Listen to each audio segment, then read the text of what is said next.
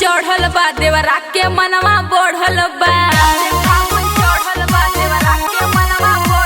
जहिया से फागुन चढ़ल बा देवरा के मनवा बढ़ल बा। धोई के हाथ गाल दतवे से काटता। बेरी बेरी ये राजा सिनवे से साटता। बेरी बेरी ये राजा सिनवे से साटता।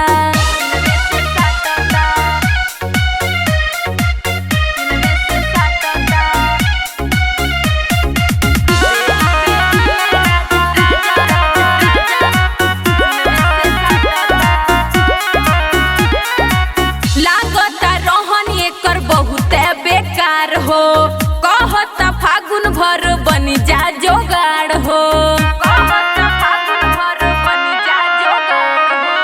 लागता रहन एकर बहुत बेकार हो। कहता फागुन भर बनी जा जोगाड़ हो। हाथे लेके पिचकारी हो हमसे करे बरियारी हो। माना जब करी तब हमारा के डांटता। बेरी बेरी ये राजा सिनवे से साटता।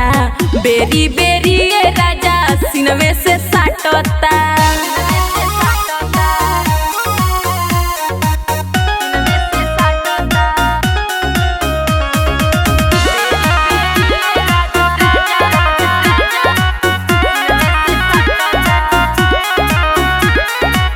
बहुत ही हमके करता रे हरान हो।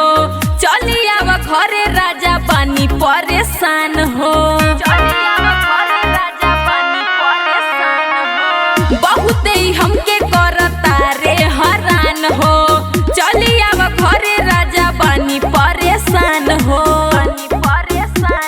आवे अरवन के टोली में डालेला रंगवा चोली में। परवीन सैया ई प्यार तोहर बाटता।